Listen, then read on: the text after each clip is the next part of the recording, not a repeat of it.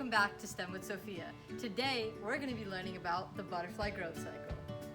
Hi guys, welcome to the first check-in of the butterfly growing video. So here we have the cup of caterpillars, and there's 5 caterpillars in here. Some of them are on the lid, so you can't see those.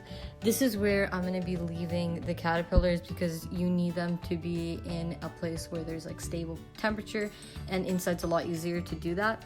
And so yeah, they're just chilling over here. I'll do daily updates. You can see some webbing inside the cup, which is apparently supposed to be really healthy. So we're gonna watch them grow.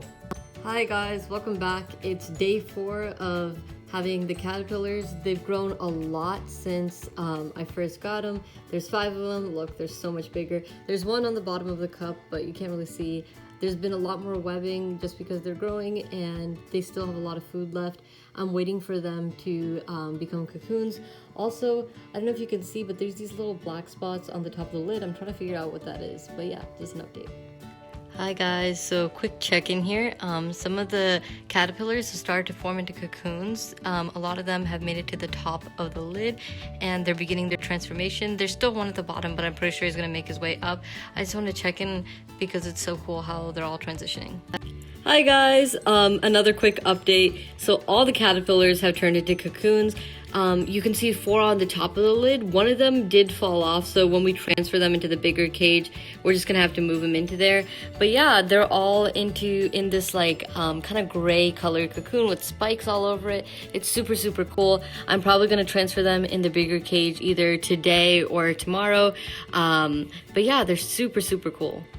Hi guys, so it's been about 3 days since I last checked in with you guys, and the cocoons have hardened since. So now we're going to transfer them into their bigger home, and then that way it will be easier for them to emerge as butterflies.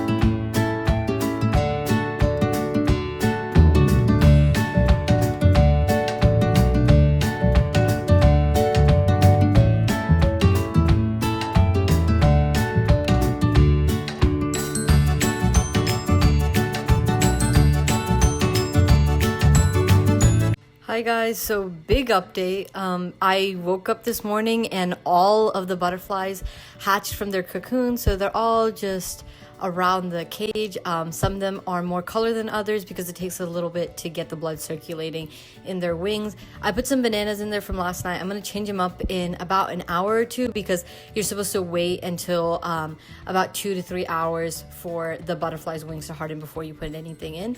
So yeah, and this is their cocoons. As you can see, there's a little bit of blood, but that's totally normal. They're all just chilling.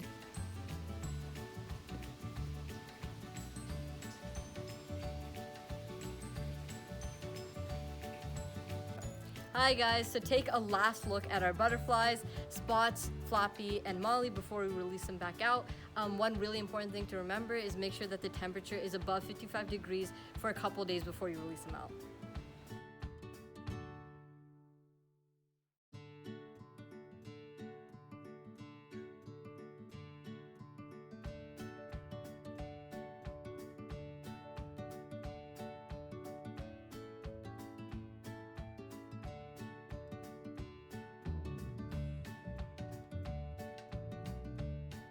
Hey guys, so say bye to our last butterfly. We're releasing him out. I'm just gonna try to put him on this plant. If he wants to fly away, that's okay as well.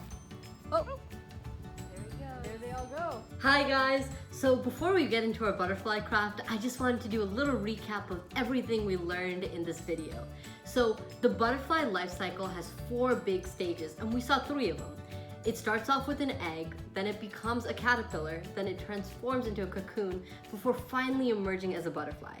So there's thousands of hundreds of different species of butterflies in the world, but they all follow that cycle. So now that we've learned about the life cycle, let's go on to our caterpillar craft. In your craft box, you'll notice that you have a fact card of a different type of butterfly than the one we saw grow. So in our video, we learned about the painted lady butterfly.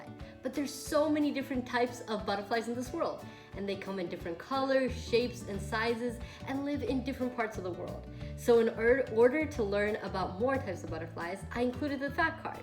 now that you guys know that, let's go on to make our butterfly craft. Guys, so the materials we're gonna need for this craft are construction paper in one color, construction paper that is cut out in another color, 2 sets of googly eyes, and a glue stick. Alright guys, so the first step is to take one of your construction papers and make a ring out of it. And the way you're going to do that is place it flat on a table or a surface and take your glue stick and just glue some of the corner. Alright, and then once you have it glued, just fold it into itself so you get this circular shape. Now when you have one of these, take another brown piece of paper and slide it into the circle you've already made. And then do the same step where you put the glue just at the end and fold it to make it a ring.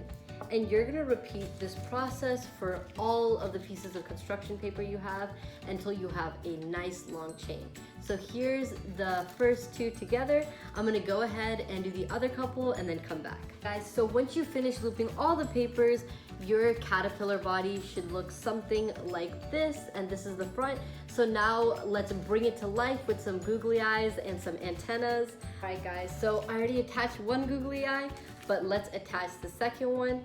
So just peel off the back and go ahead and stick it so that it's right in the front. All right, there we go. There we go. Our guy's coming more to life. A little bit of glue on one side of the antenna, so I'm just gonna put it right here. And then go ahead and stick it behind the construction paper. There we go, there's one, and now let's do the other.